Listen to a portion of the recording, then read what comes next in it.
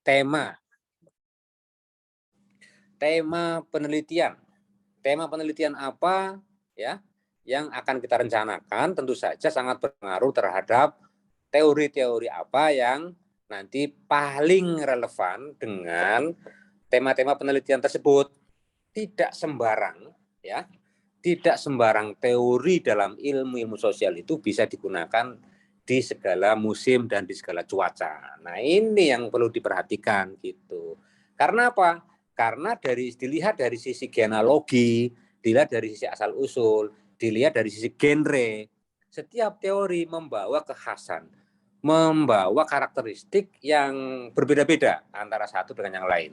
Genre yang saya maksud, genealogi yang saya maksud, misalnya begini, teori ilmu sosial yang dilahirkan dari paradigma Weberian, paradigma Max Weber, itu pasti berbeda dengan para teori yang lahir dari paradigma Marxian. Itu ya. Marxian itu siapa? Karl Marx. Itu. Nah, itu nanti kita akan kembali ke sana nanti. Kita akan bahas ya secara panjang lebar. Tapi sayangnya nih, mohon maaf saya tidak menyiapkan PowerPoint seperti yang lain-lain gitu ya. Saya masih mengerjakan mudah-mudahan satu saat nanti saya bisa setorkan ke Bu Sofhatin ya, atau Bu siapa ini, Bu Alvis ya, terkait dengan materi yang materi perkuliahan kita ini gitu, karena kita ini bicara soal teori sosial. Seandainya nanti saya berkesempatan untuk bisa membreakdown secara lebih detail dan lebih rinci, saya siap untuk membahas satu persatu. Tetapi dalam konteks sekarang ini tentu saja, karena kita ini sudah berada pada penghujung semester, mungkin saya kedapatan sedikit saja. Gitu ya Bu Alvis ya? Iya toh? Dapat banyak juga enggak apa-apa, Prof. Ya, bebas, Prof. Dua, Prof. Alhamdulillah. Dua pertemuan Prof, dapat banyak saja, jangan sedikit, Prof. Tapi ya, banyak, alhamdulillah. Ini nggak bisa langsung itu artinya membatasi interaksi dan komunikasi gitu ya. Kalau saya mau menulis di papan tulis itu jadinya yang nggak bisa gitu. Tapi oke lah, saya kira kita manfaatkan teknologi yang ada gitu. Nah, Bapak sekalian saya hormati, kembali kepada rencana penelitian kita bahwa tidak setiap teori itu bisa kita aplikasikan di setiap tema. Itu intinya. Kenapa? Kembali lagi, karena masing-masing teori yang lahir dari paradigma yang berbeda-beda itu memiliki karakteristik yang hanya relevan untuk tema-tema tertentu. Untuk tema-tema yang Bapak Ibu sekalian sampaikan. Temanya si Asifulan ya. Kalau bicara soal gerakan sosial itu seperti apa?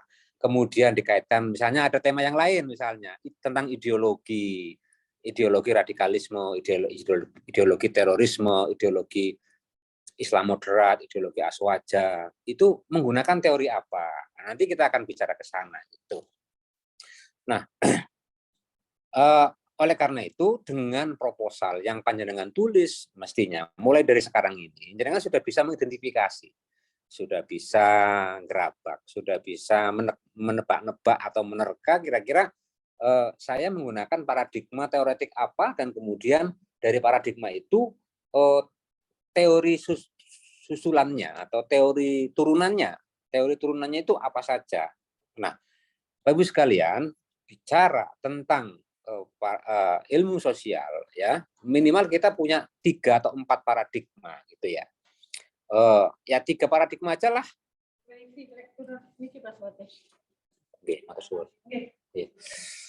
Nah, paradigma yang pertama adalah paradigma positivistik atau paradigma positivisme.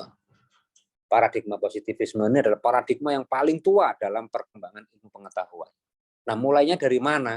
Mulainya ya dari Renaissance, mulainya ya dari pencerahan, abad pencerahan yang lahir di Eropa Barat. Nah, mohon maaf nanti kalau panjenengan tanya ini kok berbau Eropa, berbau Inggris, berbau ya memang selama ini kita makainya seperti itu. Nah, nanti kita bikin sendiri enggak apa-apa, enggak persoalan. Misalnya sebelum positivisme lahir itu apa yang lahir di dunia Islam? Ini yang belum tergali secara maksimal gitu.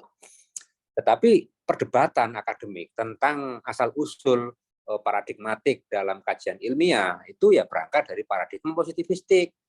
Nah, siapa tokoh-tokoh yang sangat terkenal di dalam paradigma positivistik tersebut? Yaitu orang-orang semacam Auguste Comte. Auguste Comte itu hidup pada abad ke-18 ya, atau awal 19, kira-kira begitu. Nah, Auguste Comte itu terkenal melahirkan apa namanya teori-teori ilmu sosial yang terkait dengan apa namanya yang kuat penggunaan ilmu alamnya, yang kuat penggunaan ilmu pastinya. Nah, Auguste Comte itu menggunakan apa ketika melakukan analisis sosial? Dia dan apa namanya para pengikutnya, para supporternya itu menggunakan ilmu pasti sebagai alat ukur ataupun alat analisis ya di dalam membaca gelagat, di dalam membaca kecenderungan perubahan sosial yang terjadi pada zaman itu, pada zaman revolusi industri gitu. Nah, jika pada era sebelumnya itu lebih banyak pada maksud saya itu sebelum revolusi industri, itu lebih banyak pada analisis filosofis, analisis spekulatif gitu kan.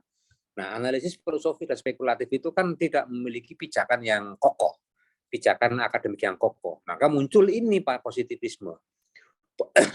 Maksud dari paradigma positivisme itu apa? Paradigma positivisme itu segala sesuatu itu dipositifkan. Positif itu bukan lawan negatif. Positif itu segala sesuatu yang berlaku secara empiris. Kita tidak bisa ngomong sesuatu itu benar kalau secara empiris itu tidak ada fakta pendukung. Nah, itu yang disebut sebagai tradisi positivisme.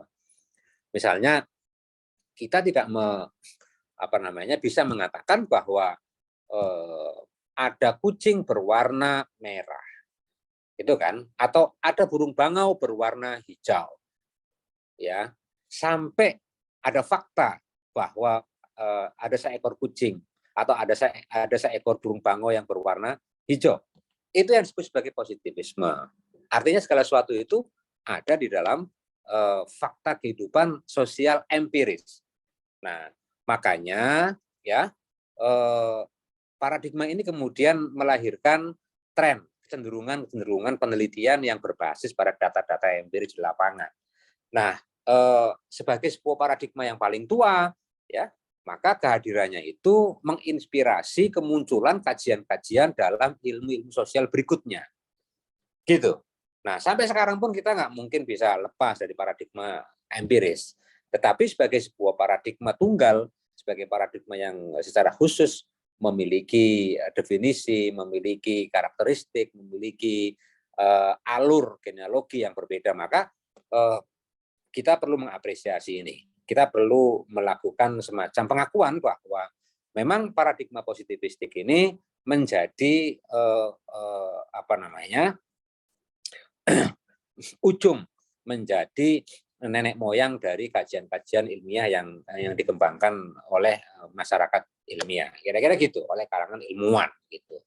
Nah, dicontohkan dalam sebuah buku penelitian, paradigma positivistik itu dilakukan untuk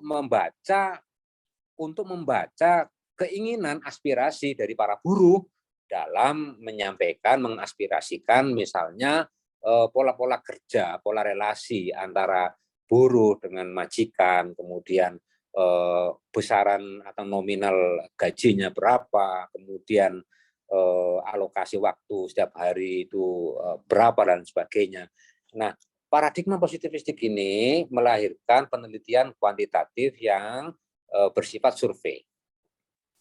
Jadi survei-survei yang sekarang ini kita pakai untuk membaca keinginan publik, untuk membaca aspirasi masyarakat, seperti exit poll, survei politik, itu ya positivistik. Itu pengertiannya itu sangat positivistik. Karena apa? Karena kita tidak membuat spekulasi-spekulasi tentang nilai kebenaran itu berdasarkan pada pikiran kita. tetapi pada kehendak masyarakat secara luas. Gitu. Jadi mirip seperti demokrasi lah, kira-kira gitu Bapak sekalian ya. Mirip seperti demokrasi. Jadi kalau demokrasi itu nilai kebenaran itu tidak ditentukan oleh norma ajaran tertentu, entah itu misalnya agama, entah itu filsafat, entah itu budaya, tetapi pada kehendak masyarakat, kehendak publik gitu. Kalau misalnya publik mengendaki gitu ya, legalisasi ganja untuk medis, maka dia diperbolehkan, diundangkan secara positivistik gitu. Gitu ya. Makanya ada namanya KUHP, Kitab Undang-Undang Hukum Pidana, yang itu sebenarnya hukum positif. Hukum positif itu hukum yang berlaku di sebuah lokalitas tertentu, yang berlaku di daerah dan negara tertentu. Itu yang makanya disebut sebagai hukum positif. Hukum positif Indonesia yang berlaku di Indonesia. Nah, kembali lagi kepada paradigma positivistik ya, Agus Comte. Nah, kalau di tradisi pengembangan keilmuan keislaman itu kita tahu ada Ibnu Khaldun, itu sebenarnya itu sudah sangat positivistik Bapak sekalian. Tetapi memang di paradigma Ibnu Khaldun, Khaldunian itu masih mempertimbangkan refleksi individual, refleksi filosofis yang bersifat normatif. Seorang Ibnu Khaldun sebagai katakanlah ilmuwan muslim yang memiliki akar-akar teologis kepada ajaran Islam itu berpengaruh terhadap manifestasi pemikirannya, sehingga dia tidak tidak terbebas dari norma-norma itu, kemudian mewarnai di dalam karya-karyanya, seperti bukunya Muqaddimah Ibnu Khaldun. Kalau kita kaji secara lebih mendetail, secara lebih mendalam, itu sebenarnya berisi komposisi yang yang kombinasi antara refleksi dia sebagai seorang muslim yang berisi ajaran-ajaran keislaman, teologi keislaman, dengan kajian ilmiah yang bersifat positivistik. Begitu. Sampai di sini ada pertanyaan? Ini baru satu paradigma loh ya. Ya, Prof. Lanjut? Oke. Bisa Lanjut. langsung, Bro. Langsung, oke. Ya, kebetulan saya punya tema ini, Prof. Apa? Teologi pandemi telah terhadap relasi antara agama dan sains dalam perspektif Maqasidus Syariah. Ya. Yang saya gunakan teorinya ini yang berber tentang relasi agama dan sains. Kemudian Maqasidus Syariahnya saya gunakan punyaan Jasrauda. Ya. Kemudian saya tambahi dengan teorinya Amin Abdullah, integrasi dan interkoneksi. Melihat relasi agama dan sains. Ya. Kemudian saya coba tambah lagi dengan Kop Wabas yang punyaan Abdul Karim Soros. Nah, ya, cuman yang saya ini gamang itu cantolan di grand teorinya kemana kira-kira Prof? Menurut yang tadi itu yang sampaikan oleh Prof, apakah positivistik Positivistik? Ya, Positivisme? Tidak positivisme, cuman mungkin tidak gini. Tapi cantolan kira-kira di grand teorinya, karena saya melihat ini masih di middle range teori, bukan grand teori. Apakah boleh nanti disertasi itu menggunakan middle range teori, tidak grand teori? Sementara saya gamang grand teorinya nanti disampaikan ke kemana melihat ini?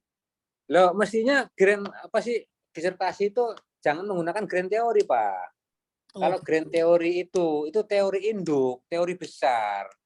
Nah, teori besar itu udah selesai menurut saya, tapi ya nggak tahu kalau menurut profesor yang lain. Nah, kita ini mestinya ngotak-atik di middle range teori dan di operasional, di lower operasional teori. Mestinya di situ. Tetapi kita ngomong agak kesulitan ketika kita ini mengkaitkan dengan grand teori.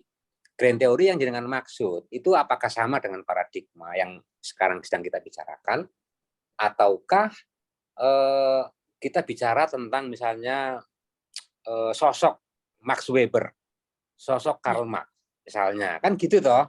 Betul, Bro. Max Weber itu juga membahas dalam banyak kesempatan tentang sikap masyarakat religius ya dalam merespon katakanlah satu peristiwa tertentu atau peristiwa sosial tertentu begitu. Nah, misalnya ketika Max Weber berbicara tentang pola relasi klientelisme antara tokoh agama dengan kaum masyarakatnya begitu. Itu dia punya teori yang disebut sebagai teori karisma kan gitu. Nah, dalam teori karisma ini Max Weber atau teori rutinisasi itu juga teorinya Max Weber. Nah, dalam teori ini ya para tokoh itu memiliki otoritas yang diberikan oleh para kaumnya, yang dibawa oleh jamaahnya lah kira-kira begitu. Yeah. Yang kemudian digunakan itu oleh si para elit, oleh para kiai ini dalam rangka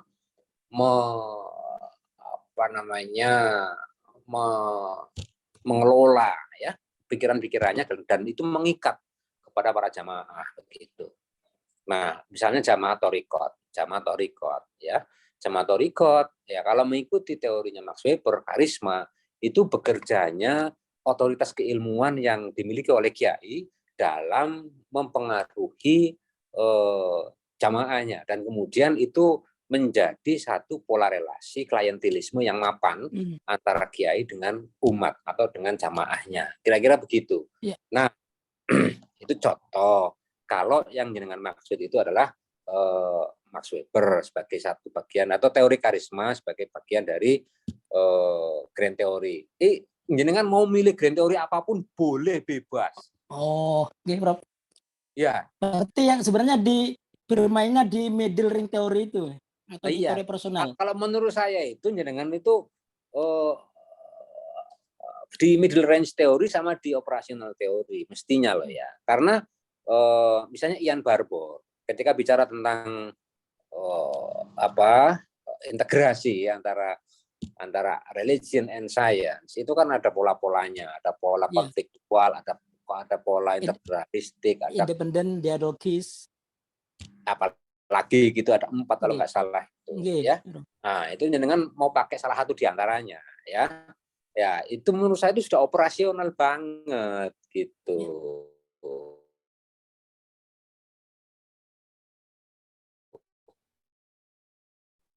Satu.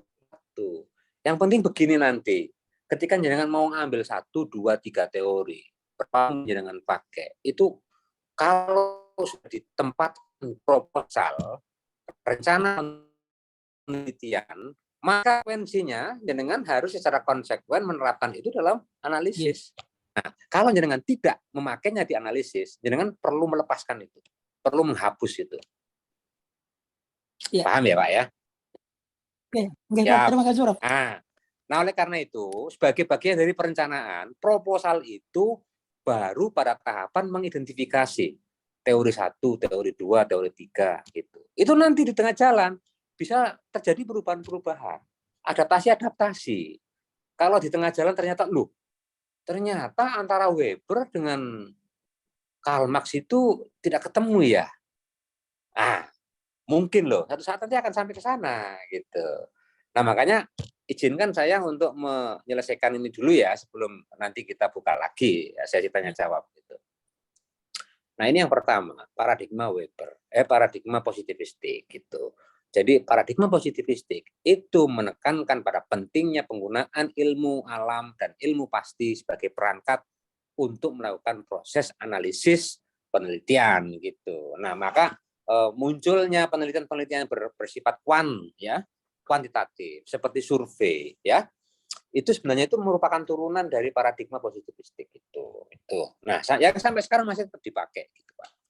Artinya sekalipun paradigma paling tua ya paling dahulu bukan berarti dia mati di telan zaman, tidak gitu.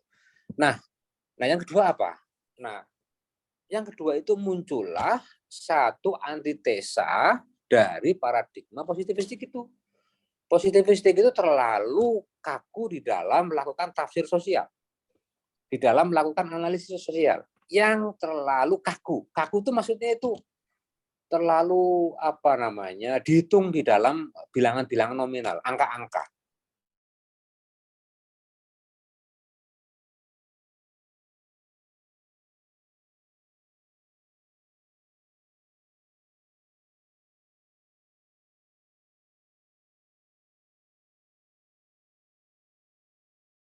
ya, muncullah paradigma interpretivisme, interpretasi. Nah, siapa tokoh-tokoh yang muncul di sini? Yaitu orang seperti Clifford Geertz, Max Weber, Talcott Parsons, dan lain-lain. Wa akhwatuha. Nanti saya tulis, nanti nggak kelihatan. Ya, kalau enaknya kalau ngajar ketemu langsung itu ya sebenarnya ini di sini nih. Ya, bisa nulis, bisa menjelaskan secara lebih detail gitu. Nah, Max Weber itu duluan, Pak. Max Weber itu. Dia menjadi pengkritik dari paradigma positivisme yang dianggapnya terlalu terpaku pada angka, terlalu terpaku kepada survei, terlalu terpaku kepada nominal-nominal, sehingga ada perduksian gitu. Ada penyelewangan makna yang sesungguhnya. Apakah bisa ya satu keyakinan itu dinominalkan misalnya? Ini juga pertanyaan yang kemudian melahirkan atau mendorong kelahiran paradigma interpretivisme itu gitu. Apakah sikap keyakinan itu bisa diangkakan? Ya enggak bisa. Sikap keyakinan itu ya melahirkan pemikiran, melahirkan ideologi, dan ideologi itu hanya bisa diukur melalui pelacakan terhadap pemikiran-pemikiran seseorang. Kemudian kalau misalnya ingin mengaitkan antara pemikiran seseorang dengan pemikiran jamaah, pemikiran umat, maka ya kita harus lacak juga ya kepada umat itu, apakah umat itu dipengaruhi secara signifikan terhadap pemikirannya si A, pemikirannya si B, pemikirannya si Fulan. Nah, itu interpretivisme, Pak. Nah, dari paradigma interpretivisme ini yang paling penting sebenarnya itu bukan di angka-angka, tetapi di penafsiran subjektif kita sebagai seorang peneliti. Jadinya gitu. Kalau yang tadi itu ngomong objektif ya, objek. Kebenaran itu ada pada objek. Nah, sekarang ini yang kedua ini, kebenaran itu ada pada penafsiran subjektif gitu. Nah, kita harus hadir sebagai seorang peneliti untuk menjadi juru bicara dari proses penelitian, ya, proses penelitian yang sesuai dengan keinginan-keinginan dan tafsiran-tafsiran si subjek penelitian. Siapa subjek penelitian? Ya, orang yang kita teliti, Pak. Informan-informan itu. Misalnya kita mau meneliti tentang peran kiai, kepemimpinan kiai dalam konfigurasi politik misalnya, ya. Sebenarnya kita sedang menggunakan atau menerapkan paradigma interpretivisme itu. Nah, Clifford Geertz termasuk, Pak. Ketika dia melakukan penelitian, itu ya, melakukan penelitian terhadap masyarakat Mojokerto, masyarakat Pare Kediri, gitu ya. Itu dia sedang menggunakan paradigma interpretivisme. Karena apa? Karena peran kita sebagai seorang peneliti itu jauh lebih dominan. Nah, ada bahayanya, ada plusnya, ada minusnya. Jadi ada keuntungannya, ada bahayanya juga. Keuntungannya itu apa? Keuntungannya itu kalau pembacaan kita itu akurat gitu loh, Pak. Terhadap pikiran seseorang. Itu nanti akan menghasilkan proposisi-proposisi, kesimpulan-kesimpulannya juga akurat. Gitu. Tapi sebaliknya, kalau pembacaan kita ini cenderung di permukaan, tidak akurat, nanti akan menghasilkan kesimpulan-kesimpulan yang juga dangkal. Gitu. Menghasilkan kesimpulan-kesimpulan yang sifatnya subjektif. Nah, itu kan penafsiran peneliti saja. Nah, itu bisa dimentahkan di situ. Tapi coba lihat itu, kayak Clifford Geertz itu luar biasa itu. Bukunya Religion of Java, sekalipun itu hasil dari paradigma interpretivisme. Itu ya. Tapi menjadi magnum opus, Pak. Menjadi masterpiece di bidangnya. Nah, kalau kita secara konsisten menerapkan paradigma ini dalam penelitian kita, ini juga akan menghasilkan satu hasil penelitian yang juga bisa menjadi magnum opus, bisa menjadi masterpiece dalam penelitian. Gitu. Jadi ya masing-masing paradigma ini memang memiliki kelebihan, kelemahan masing-masing, tapi sejauh mana kita mampu maksimalkan gitu loh.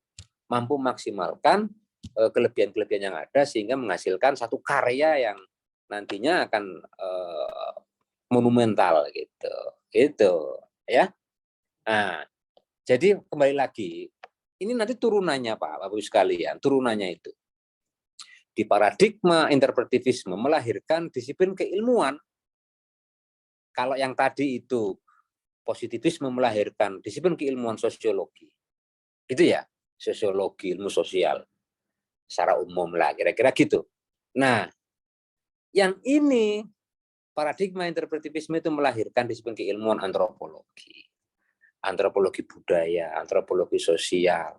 Di bawahnya kan ada banyak sekali teori-teori itu. Apa sih bedanya antara sosiologi dengan antropologi? Ada nggak yang bisa menyampaikan di sini? Bedanya di mana? Sama-sama ilmu sosial, Pak.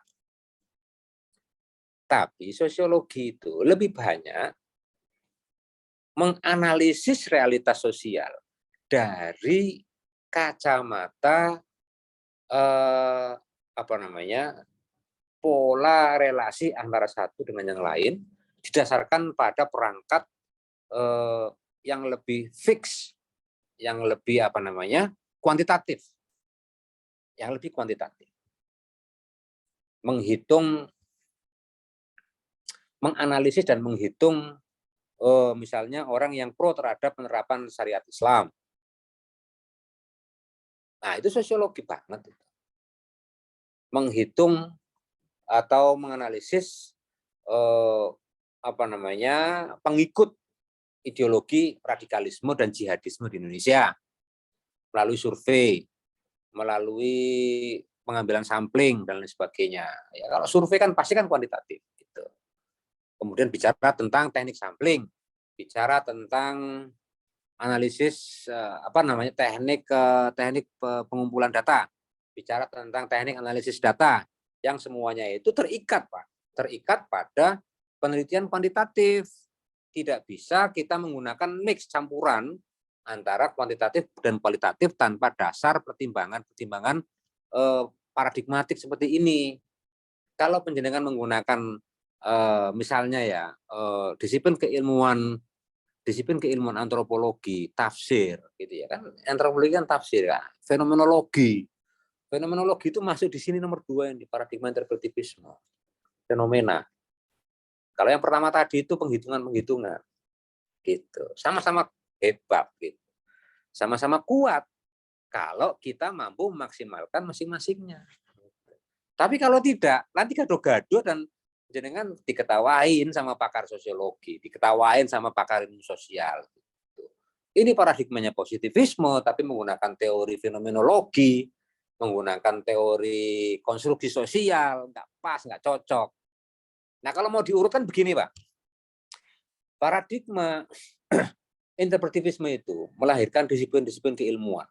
Apa saja itu? Di antaranya ya, itu antropologi. Antropologi itu melahirkan sub-sub lagi. Ada antropologi budaya, antropologi sosial, dan lain sebagainya, antropologi agama. Itu ya. Nah, kemudian di bawahnya lagi ada teori-teori. Middle range tadi itu, middle range teori. Ada teori fenomenologi, ada teori konstruksi sosial, ada teori macam-macam itu yang secara genetika lah kira-kira gitu ya. Secara genealogi itu hanya bisa diidentifikasi bahwa dia itu turunannya paradigma interpretivisme. Interpretivisme itu bagaimana sih konkretnya? Kita melakukan tafsir penelitian ya berdasarkan pada subjektivitas kita sebagai peneliti.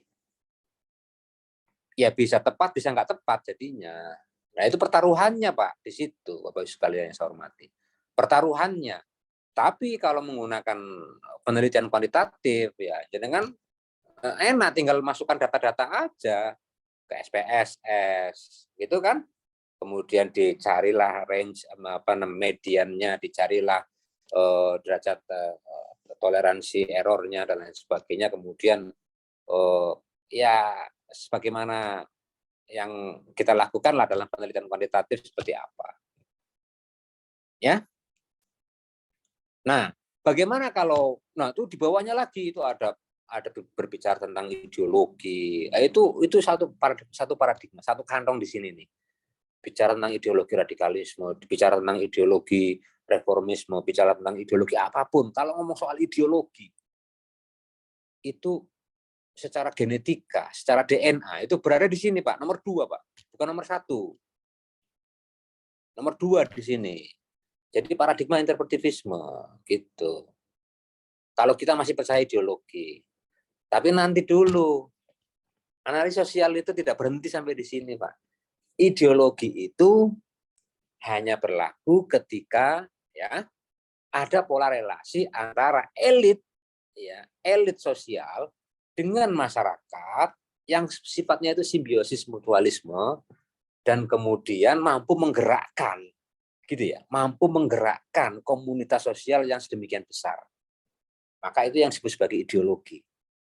Ideologi kapitalisme, ideologi ekstremisme, ideologi radikalisme, ideologi jihadisme, semuanya itu ideologi. Dan itu berada di nomenklatur paradigma yang kedua ini. Kalau jenengan masih mengkaji tentang pemikiran orang, mengkaji tentang ideologi, ya memang di sini nomor 2 ini. Semuanya serba subjektif jadinya. Penafsirlah yang memegang otoritas tertinggi dalam menafsirkan pertaruhannya itu. Pertaruhannya itu ya kita nanti dalam menafsirkan berbagai fenomena sosial. Apakah ada kaitannya antara apa yang berkembang di jamaah atau rikot tertentu dengan pikiran-pikiran mursyid torikohnya, ya toh? Misalnya ini apa yang terjadi di katakanlah ya di kalangan pengikut Majelis Mujahidin Indonesia atau Mujahidin Indonesia Timur, MIT, antara Santoso dengan para pengikutnya. Itu ngomong ideologi kita. Ngomong ideologi. Nah, sudah. Ini yang kedua ya, paradigma yang kedua ya. Paradigma interpretivisme.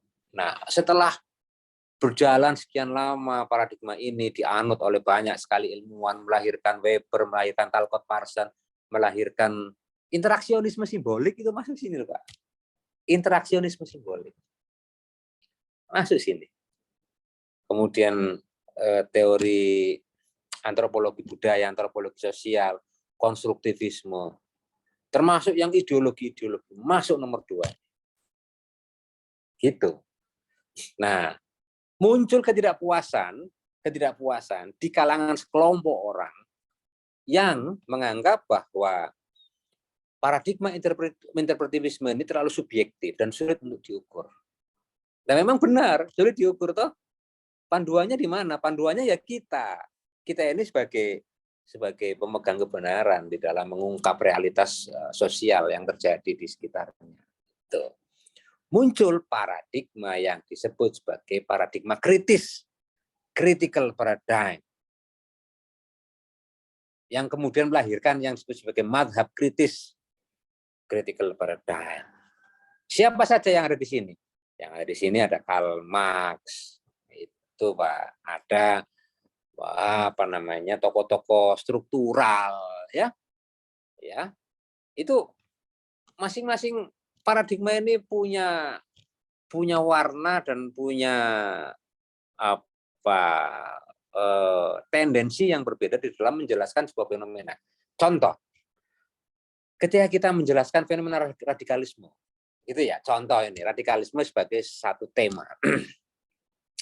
Kita coba menggunakan 2 paradigma ini, paradigma interpretivisme dan paradigma mazhab kritis. Itu beda. Paradigma interpretivisme itu cenderung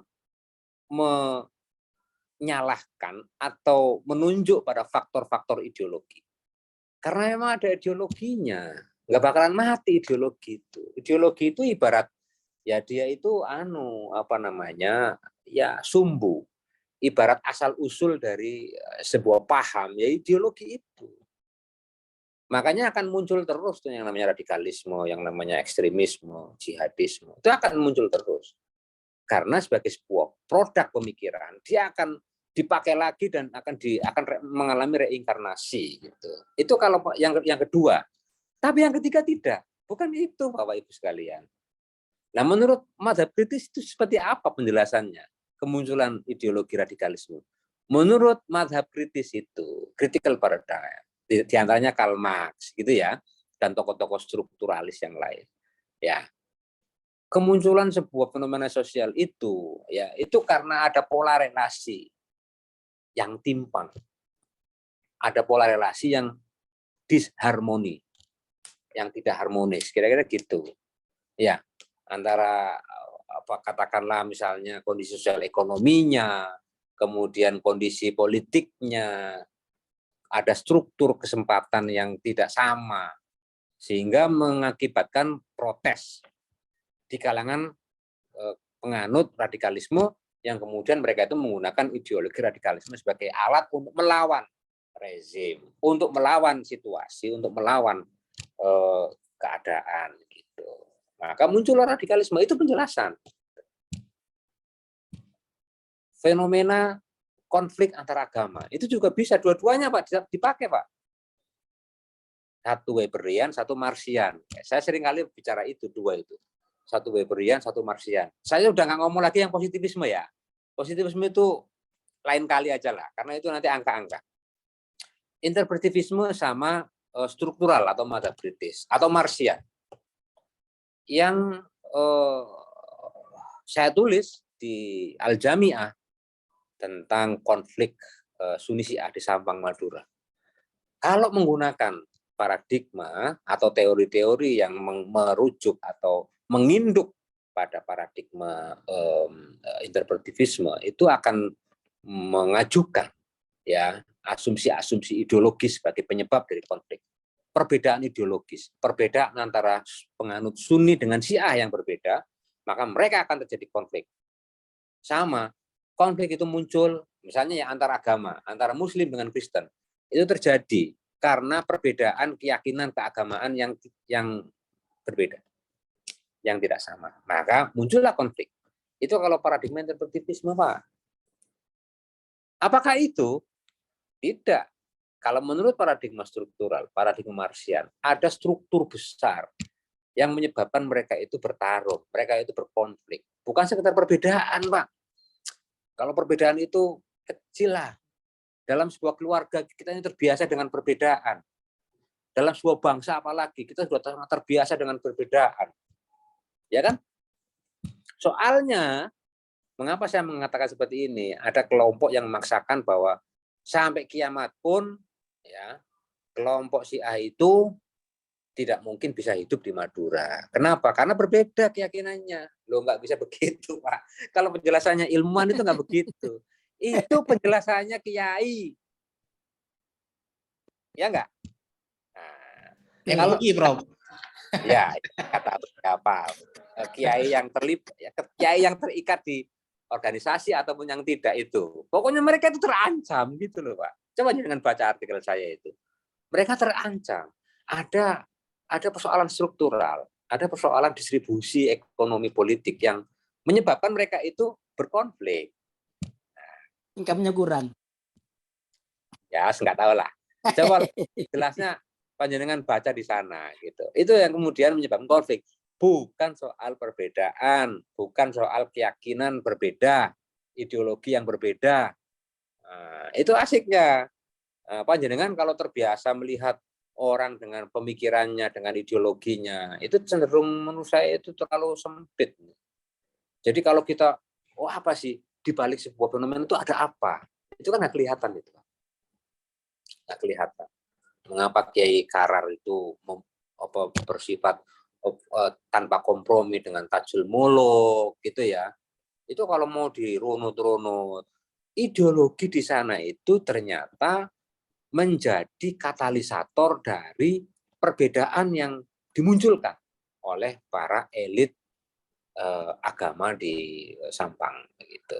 Artinya dikapitalisasi, diinstrumentalisasi. Kan dengan bahasa-bahasa ini nanti akan terbiasa. Menginstrumentalisasi itu bahasa struktural, itu bahasa khas mazhab kritis.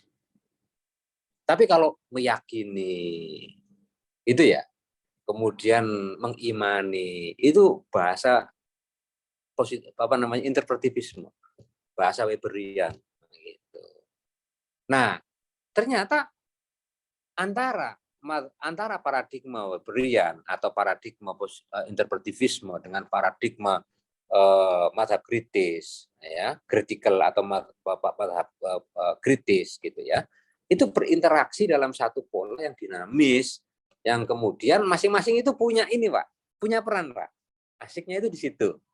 Nah, paradigma kritis itu ternyata itu bisa menjelaskan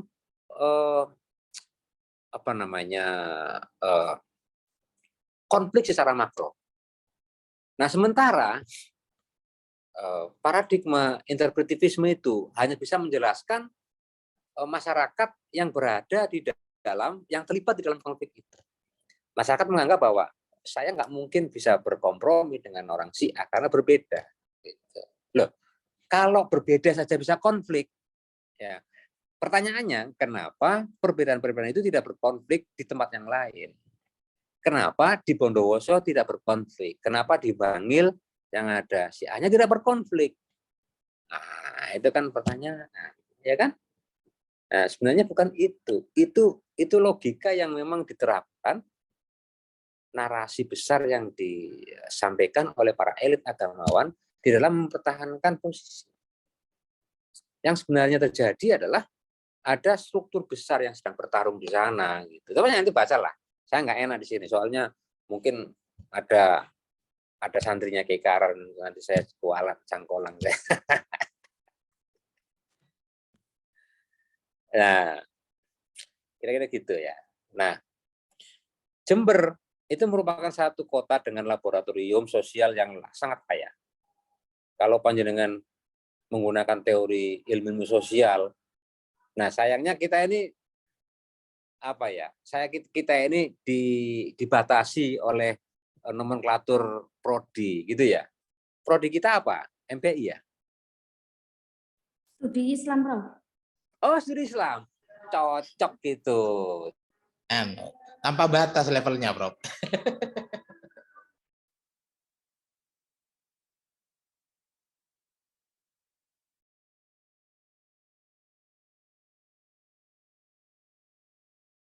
Ilmu sosial.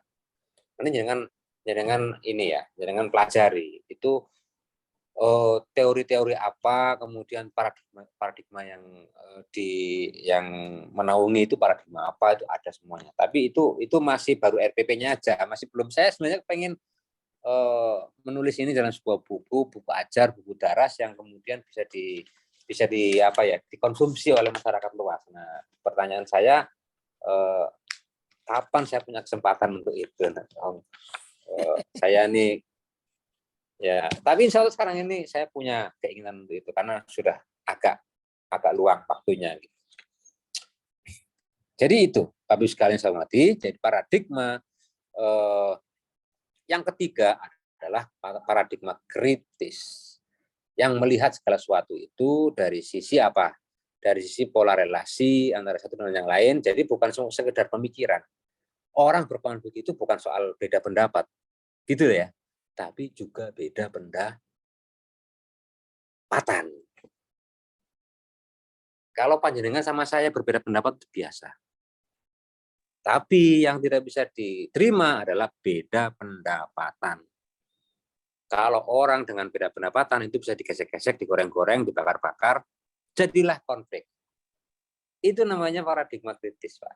Melihat segala sesuatu itu secara kritis dari sisi pola relasi yang jauh lebih luas, ya, pola relasi antara satu dengan yang lain secara struktural, struktur yang jauh lebih penting. Kalau yang kedua tadi itu kultur, Pak. Kalau yang ini struktur. Yang pertama itu nominal. Yang pertama itu apa ya? Kuantitatif. Kalau yang kedua ini analisis kultural. Yang ketiga ini struktur. Ya, tiga ini yang paling dominan. Tetapi begini Bapak sekalian, sekalipun saya menyampaikan tiga-tiganya secara terpisah, kadang-kadang kita itu perlu mengadopsi dua-duanya, tiga-tiganya, atau salah kombinasi antara satu dengan yang lain. Kadang-kadang kita tetap menggunakan paradigma positivistik dalam rangka meyakinkan bekerjanya segala sesuatu itu secara fix dalam batas-batas angka gitu ya, secara metodologis kuantitatif gitu. Karena kita tidak bisa melakukan garansi bahwa apa yang terjadi itu sesuai dengan pikiran kita. Tuh. Kadang-kadang kita perlu perlu mengkombinasikan.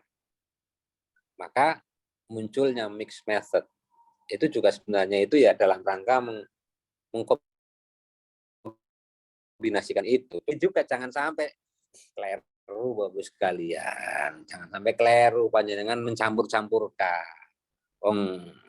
Panjenengan kepengen masak rawon itu jangan dicampur dengan kunyit, itu enggak pas, enggak cocok. Mau masak soto itu enggak boleh pakai keluak, kan begitu, harus pakai kunyit, kan gitu. Itulah analogi sederhana ketika kita menggunakan teori-teori tertentu, jangan kemudian ambil satu dua, ini kok menarik ya, namanya itu kok bisa pakai, enggak, kadang-kadang ada yang cocok, ada yang enggak cocok. Oh, ini kok nama saya masih Rektor Uinsa dari ini. Kan yang selanjutnya Nah, Pak Zaki kan penggantinya, Prof. Penerusnya. Batak. Iya. Itu gubernur kita ini masih M. Nur. Yang lain-lain semuanya itu menggantinya. Ada pertanyaan tadi itu yang apa tadi itu masalah COVID-19 itu kan tentang COVID-19 gitu. Ada rancangan yang lain Bapak sekalian? Monggo dipersilahkan. Bu Alvis. Dalam Prof.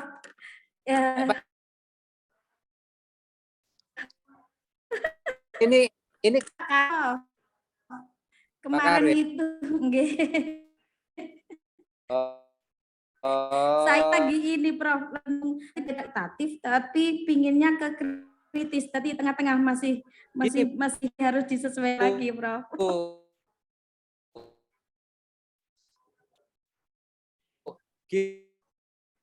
Ini Bu, artinya begini, 1, 2, 3 itu enggak bisa dibantu. Gitu loh. Ya.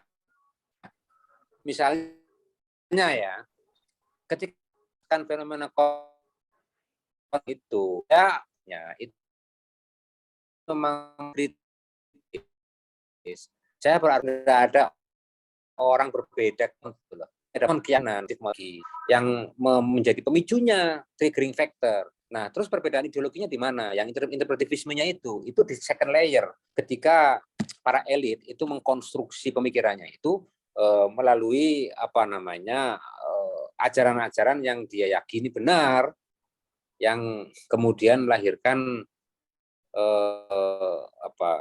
keyakinan-keyakinan Sunni yang mendarah daging di kalangan masyarakat Sampang. Nah, itu sebenarnya itu bekerja di tataran second layer. Jadi di lapisan kedua gitu loh. Nah, itu dia pakai dalam rangka menguatkan ideologi Sunni. Nah, sementara sebenarnya konflik itu dimotivasi oleh hal-hal yang sifatnya itu non ideologi, oleh non agama.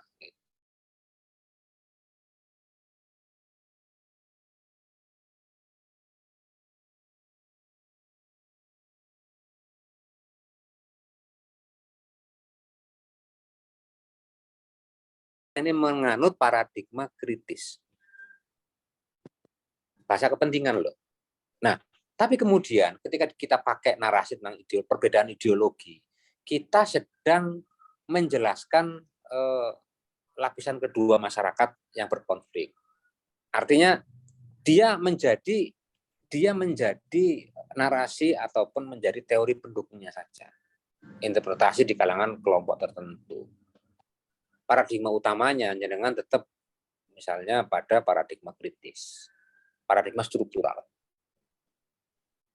Nah, mohon maaf, ketika saya menyebut paradigma kritis, karena ini saya sudah begitu menyatu ya dengan pemikiran saya. Ketika saya ngomong soal Weber, itu pasti di situ tuh ngumpul soal ideologi, ngumpul soal pemikiran, ngumpul di situ itu soal kultur, nilai-nilai budaya, kearifan lokal, itu ada di sini semua. Interpretivisme semua. Tapi jangan terlalu lugu kali kalau kita itu melihat sebuah transformasi semata-mata karena nilai-nilai budaya, nilai-nilai ideologi. Ada yang jauh lebih powerful, ada yang jauh lebih kuat, lebih dahsyat daripada sekedar ideologi. Apa itu? Yaitu kekuatan struktur. Nah, struktur yang saya maksud di situ, Bapak Ibu sekalian, itu bisa kekuatan ekonominya, gitu ya.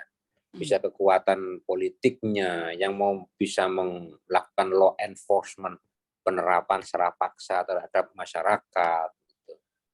Nah, kalau perubahan semata-mata hanya digerakkan oleh ideologi, itu menurut saya itu tidak efektif.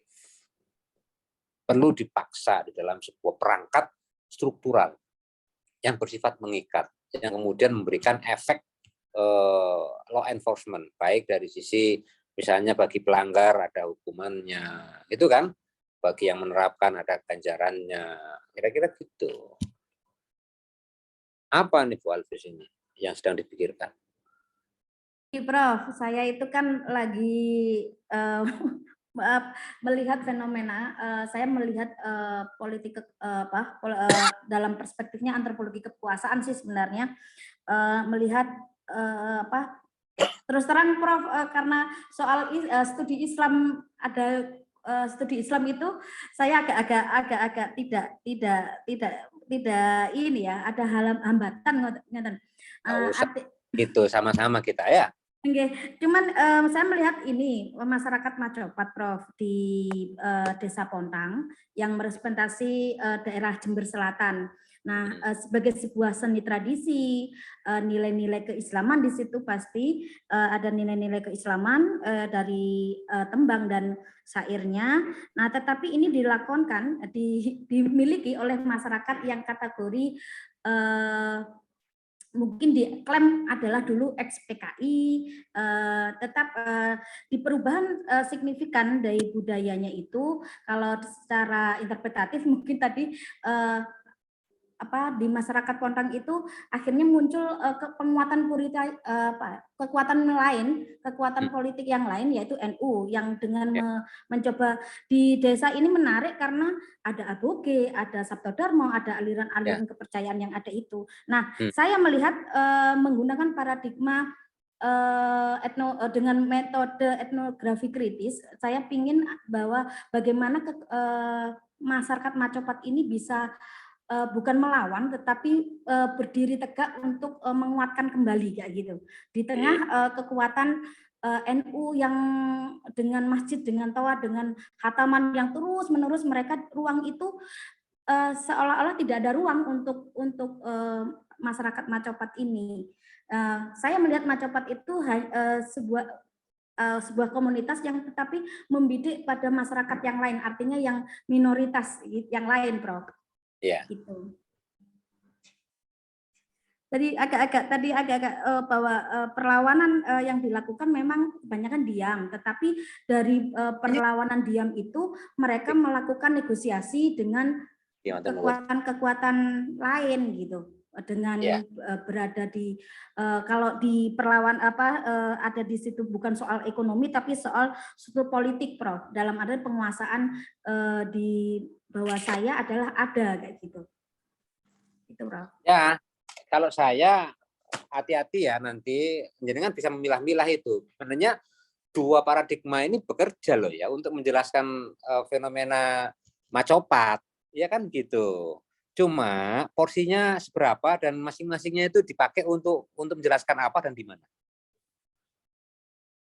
Makanya tadi saya bilang bahwa masing-masing paradigma ini nggak bisa kemudian terpisah 100%, nggak bisa begitu, Bu. Kayak misalnya kekuatan NU. Kekuatan NU di sana itu nanti jenengan bisa analisis. NU di sana peran yang dimainkan oleh NU struktural maupun NU kultural. Ya, ya, itu seperti apa di sana? Apakah kekuatan NU itu memberikan satu apa namanya, satu pola pendidikan atau satu pola pengajaran dalam pengertian non formal ya, yang itu kontinu, konsisten ya terhadap masyarakat, sehingga masyarakat Mocopat ini itu merasa terlindungi, merasa mendapatkan perlindungan dari kelompok NU atau tidak. Misalnya loh ya, misalnya saya sih masih nggak tahu nih karakteristik masyarakat Mocopat di situ itu seperti apa. Tapi bayangan saya masyarakat Mocopat di sana itu adalah masyarakat yang Bhinneka Tunggal Ika, yang kemudian dia itu mengikrarkan diri bersatu dalam keberbedaan.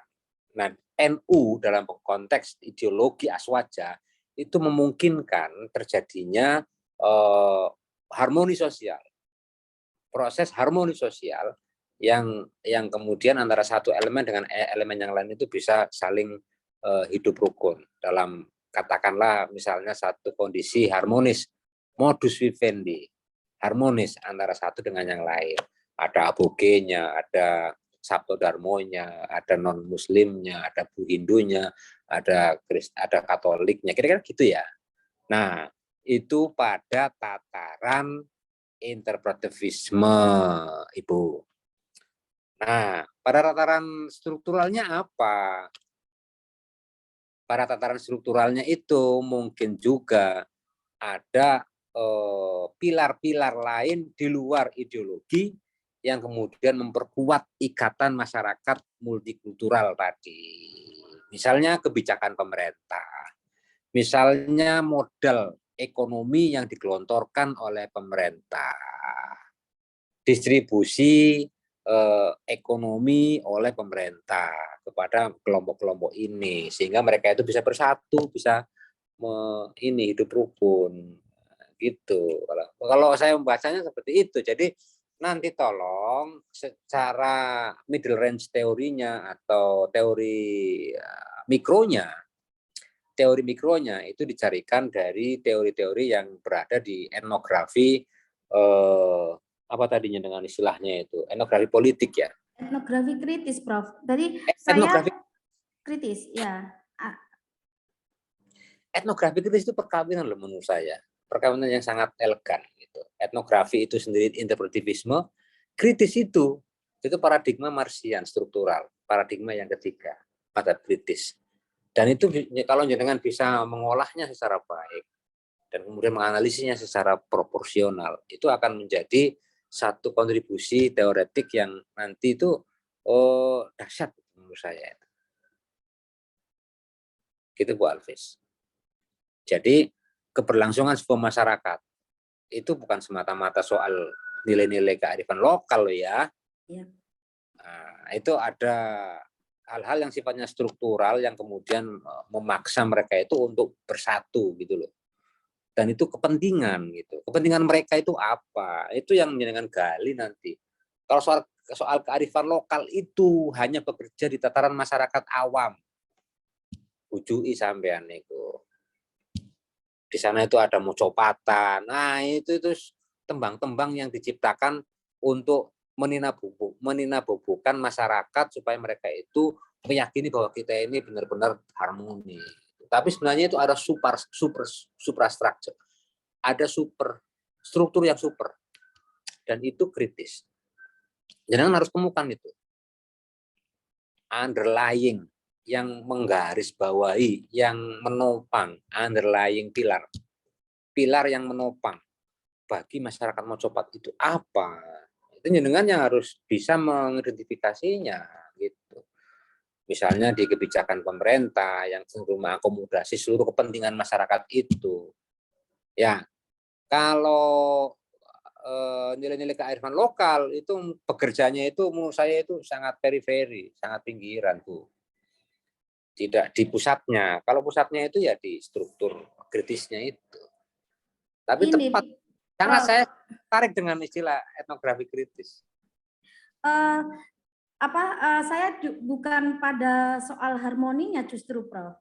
Di balik harmoninya itu sebenarnya ada perlawanan, ada persaingan antar masyarakat yang anggap ya klaim tadi Macopat yang Islam tapi KTP lah, anggap begitu, dengan aliran-alirannya, dengan mayoritas punya kayak gitu. Jadi saya akan melihat bagaimana di balik kayak harmonis, tapi sebenarnya ada banyak perlawanan di situ. Saya mau tuh jadi penulis kedua kalau saya menjadi penulis. Kalau mau jadi penelitian saya siap. dompleng. Siap, Prof. Kolaborasi ya. Iya, Prof, siap. Itu yang saya harapkan.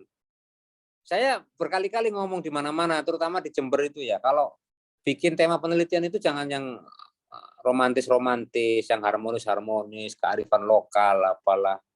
Janganlah. Coba yang perlawan-perlawan bawah tanah ini, jangan baca ini, ada apa gitu. Seolah-olah itu kita menerima, tapi itu ada perlawanan bawah tanah, kan gitu toh, Bu? Itu. Prof, jadi saya punya utang dulu tentang Bahai, tentang Bahai Jember, saya sudah tambah dalam ini, Prof, di sini. Nanti jenengan koreksi dan kita tulis bersama, Prof. Oh, siap. Iya ya, aku tahu ya, pernah dulu itu ngomong soal Bahai. Nah, ini yang ini Bu, yang ini nih, yang kedua ini, tolong bikinkan juga artikel. Saya siap berkolaborasi dengan panjenengan. Mudah-mudahan ini menginspirasi teman-teman yang lain gitu.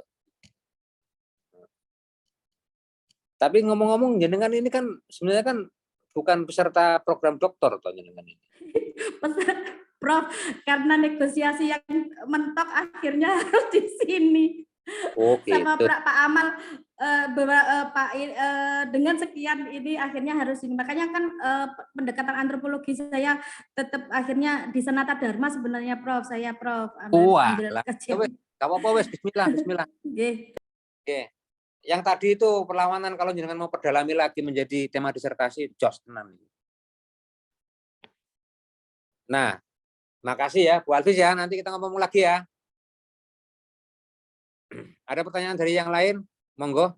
Ada dari mungkin Mas Dawud atau Pak Zair, ayo Pak Zair. Oke, Prof. Saya ini, Prof. Nanti disertasi saya ini kan terkait dengan televisi 9, Prof. Iya. Jauh-jauh dari NU, Prof. Iya. Jadi bagaimana selama ini kan saya baca beberapa artikel itu TV-TV Islam atau TV-TV yang dalam tanda kutip TV komunitas ini kan belum sampai saat ini belum ada model yang kemudian bisa membiayai dirinya sendiri sampai pada tataran ideal. Rata-rata itu kan volunteerism. Mulai dari Roja TV, kemudian TV Muhammadiyah, TV 9, sampai TV-TV yang ada di luar negeri itu, mulai dari yang ada di Mesir, di Pakistan, sampai di Malaysia. Problemnya sama, mereka bagus di awal, tapi kemudian pada tahapan tahun-tahun keempat, kelima itu ada persoalan-persoalan keuangan yang melanda mereka. Syukur-syukur kalau kemudian biaya operasional itu tahun ini bisa tertutup, itu sudah sangat bersyukur. Rata-rata kan kemudian banyak sekali problem-problem. Nah, itu kemudian yang ingin saya potret di situ. Sebenarnya model-model pembiayaannya nanti seperti apa. Nah, salah satu cara itu adalah beradaptasi dengan teknologi di era cyber media seperti ini. Nah, saya mencoba ingin membuat ini menggunakan teorinya James Carey di konstruksi sosial media. Itu termasuk apa positif.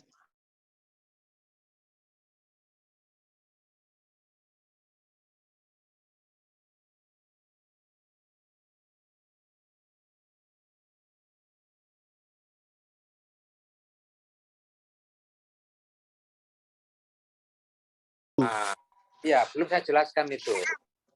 cultural studies Iya. and gender studies itu masuk sendiri. Komunikasi, penelitian-penelitian tentang komunikasi itu menurut saya masuk di dalam yang keempat. Tetapi tadi memang relatif tidak saya uraikan gitu. Karena yang sering kali dijadikan sebagai perdebatan ilmiah itu memang di 3 paradigma tadi. Nah, kalau misalnya nanti satu saat dengan membutuhkan itu, ya memang di culture studies, di media, penjelasan tentang media, dan saya mohon maaf tidak begitu menguasai itu. Media studies sebenarnya. Nanti jenengan explore lagi di mana? Di Google Scholar atau di Google ya, referensi-referensi, teori-teori tentang media studies. Media studies. Iya, enggak persoalan karena ini masuknya itu ya masuknya itu ya memang di studi Islam kan, di Rosa Islamiyah. Iya. Gitu. Monggo nanti kalau enggak ketemu atau sudah ketemu, kontak saya, ngomong sama saya nggak apa-apa, enggak persoalan gitu. Iya. Oke, Prof. Nggih, ngoten nggih. Nggih, siap, Prof. Oke, Prof. Nggih. Monggo bagi yang lain ini. Saya mohon maaf enggak bisa sampai selesai lah ya. Jangan mintanya seberapa jam? Aku yang ngomong yo ono batese rek. Oh, monggo kersa Prof, monggo kersa Prof. Hah? Monggo kersa jenengan. Ya. Saya maksimal 1 jam ya. Kecuali kita ini di satu forum gitu loh. Barangkali ada yang lain monggo nih. Saya kira ini yang terakhir deh. Barangkali saya mau menyampaikan monggo. Kalau enggak ada, kita akhirkan.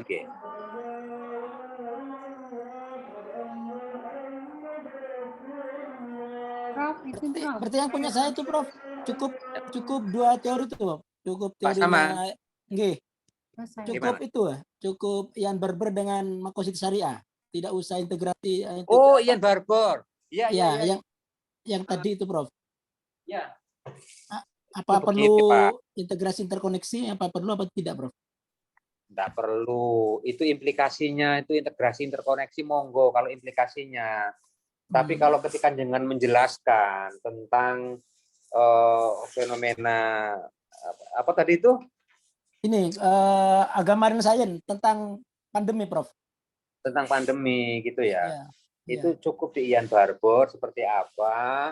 Nah, kemudian yang menarik adalah misalnya tentang adakah dinamika-dinamika yang mewarnai kemunculan pandemi COVID-19 dilihat dari sisi agama dan sains. Misalnya ada kelompok-kelompok tertentu yang yang menolak terhadap kehadiran yang menolak gagasan tentang adanya COVID-19. Itu apakah dari sisi, kan ada Pak dari kelompok agama Pak, misalnya Jamaah Tabligh ya. Kelompok Jamaah Tabligh kan tidak percaya adanya COVID-19 gitu. Iya, betul. Nah, itu memang itu memang murni ideologi. Jadi itulah pemahaman mereka yang terbatas. Jangan tidak bisa kemudian mengkait-kaitkan itu dengan teorinya apa. Ya katakanlah Ian Barber salah satu sub dari klasifikasi hubungan atau relasi antara agama dengan sains itu kan konfliktual gitu, konfliktual. Nah, jadi kan hanya sebatas bisa mengatakan bahwa memang ada fenomena penolakan kompromi, penolakan integrasi antara agama dengan sains sebagaimana yang ditunjukkan oleh komunitas Jamaah Tabligh kan gitu toh. Iya. Jamaah Tabligh. Nah, kemudian yang lain-lain menurut saya itu kondisional aja, Pak, kondisional. Artinya kalau jenengan perlu bicara tentang bahwa ini kelompoknya Jamaah Tabligh ya jenengan harus mempelajari karakteristik masyarakat Jamaah Tabligh itu seperti apa, paham-pahamnya gimana. Kan gitu toh. Ya. Apakah di pandangan-pandangan ideologi yang lain juga bertentangan dengan sains atau tidak, ya situ aja sih sebenarnya.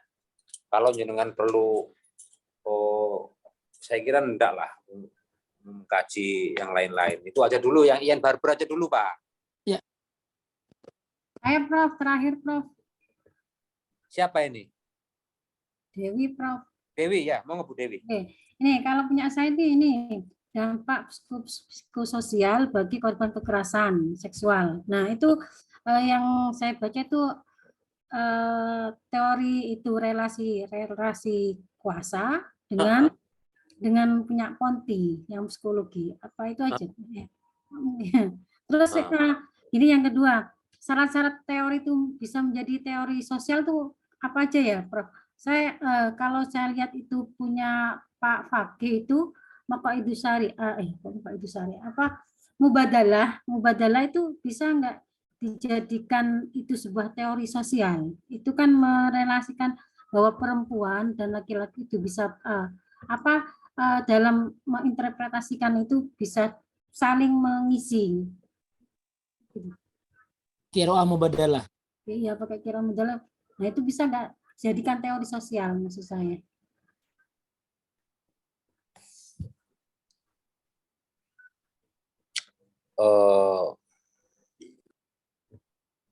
Yang jelas itu pasti relasi kuasa gender ya Mbak, ya Bu ya, pasti Bu. Ya.